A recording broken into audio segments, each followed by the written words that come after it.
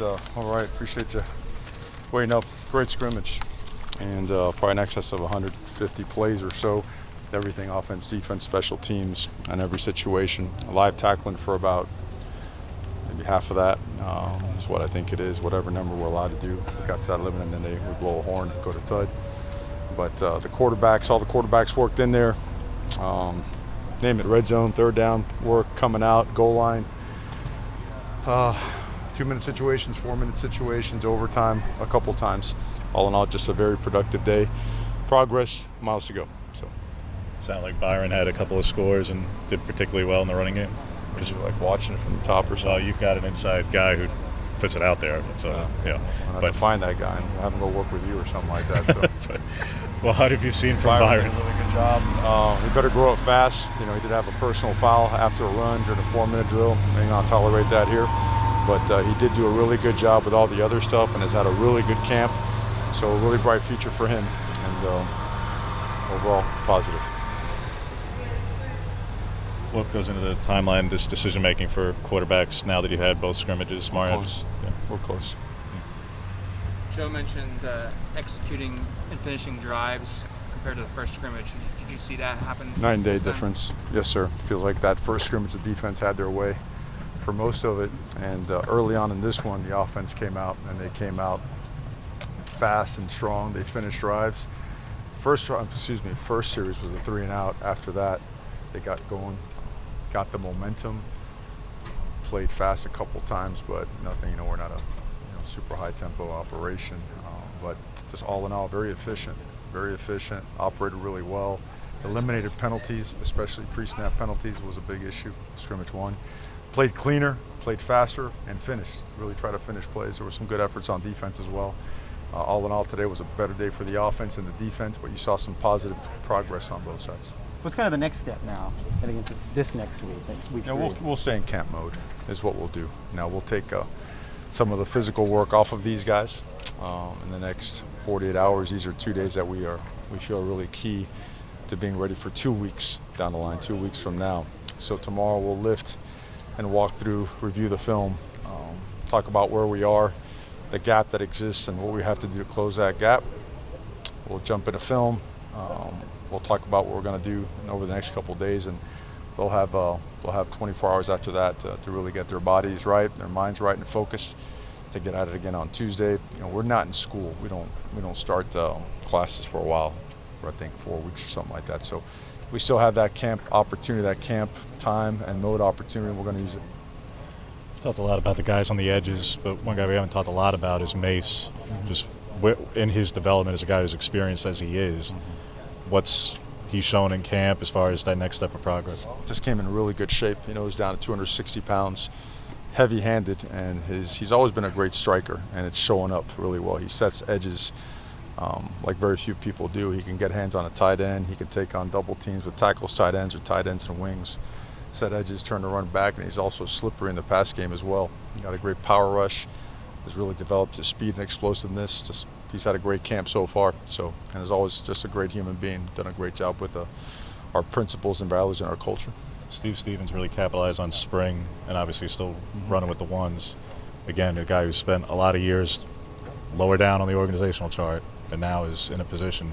What was the change for him beyond body development? Well, football's a developmental sport. You know, I think we live in this.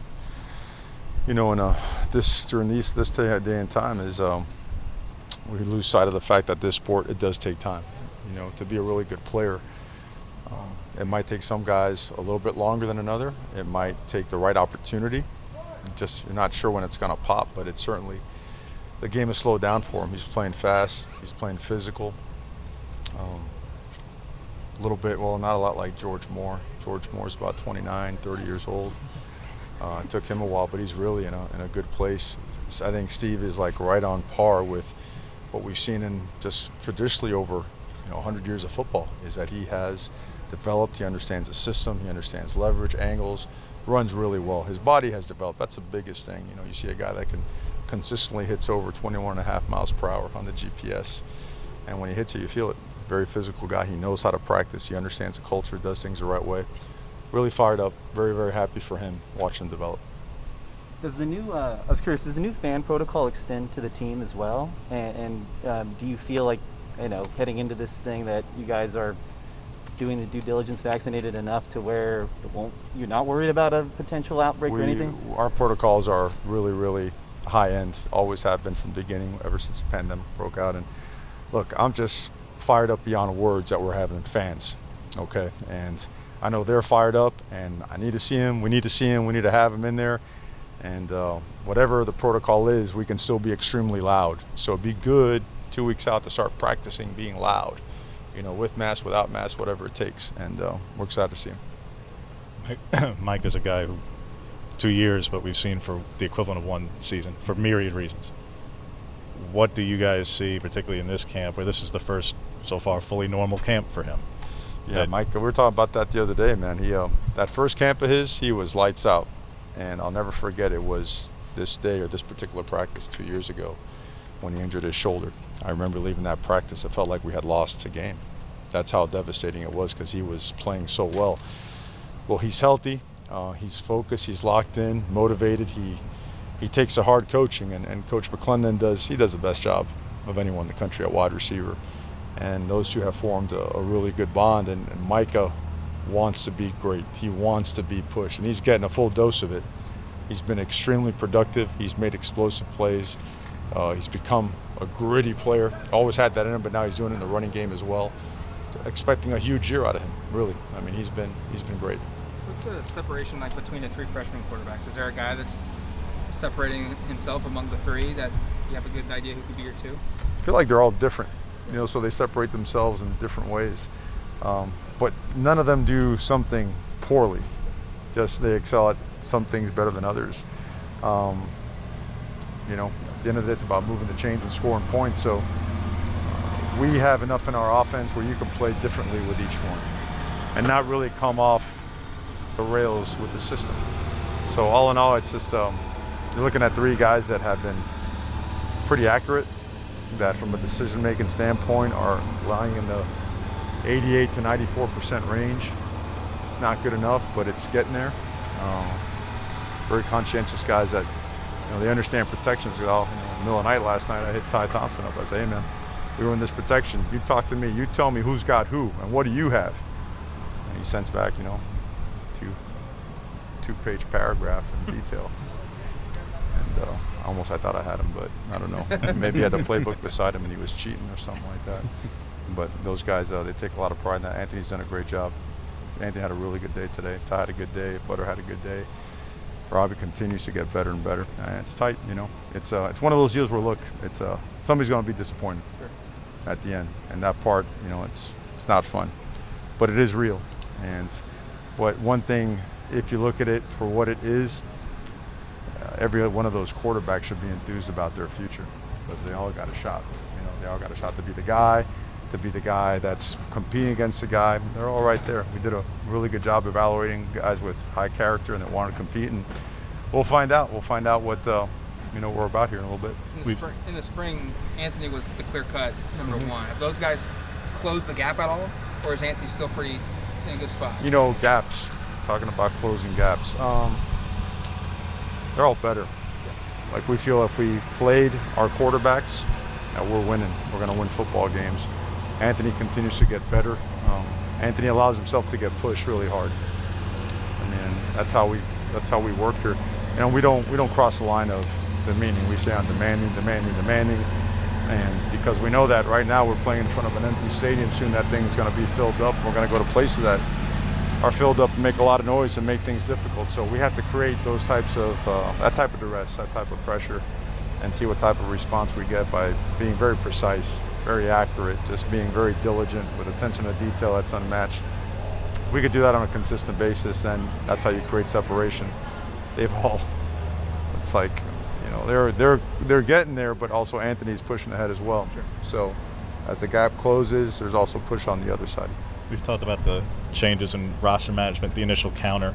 I know the AFCA and Football Oversight's talking about it. I guess they got feedback this week. Nick weighed in nationally. Your thoughts on the various ideas that are out there? Have you talked to Todd Berry at all about all this stuff, whether it's you get 5 back or 7 back or certain triggers or guys who go to the draft or any number of these different iterations of all this? That would be a sit down. I mean, I have a lot of ideas on that, on how to make sure that both sides are taken care of, because you want to give guys opportunities to pursue a career, and you want to give programs an opportunity to fill the gaps should those gaps occur late in the game, because it's a domino effect, it's a trickle effect, right? If a guy makes a poor decision and it really benefits him academically and from an athletic standpoint to come back and continue, there's a lot of value to that. There's also a lot of value to the fact that if a team is decimated by departures at a certain time of the year and you can't fill those gaps with the caliber of player necessary to even function a practice, now you're looking at injuries, you're looking at a lot of extra wear and tear. There's a lot, you got to look at this thing holistically and just take a deep, hard look at what approach allows student athletes to let's say, progress, to have an opportunity to increase their value, and at the same time an opportunity for programs to function in a safe manner and be productive. A lot to it, man. A lot to it. The young wide receivers. Last question. The young wide receivers all had their moments in the first scrimmage. What did you see from them today? They had their moments today too. They really did, and big moments. I don't think that anything that we do, I don't think playing in a packed stadium in this conference or anything is going to be too big of a moment for them. I think when you go against our corners, you're going against some of the best there is in the country. I think at the pace that we practice, we challenge them, and that's going to be about as challenging as you can get. So I don't see these guys flinching. I see these guys instantly making an impact, and we're going to force the issue. We're going to press the issue. We think that they're going to be ready to do it. So.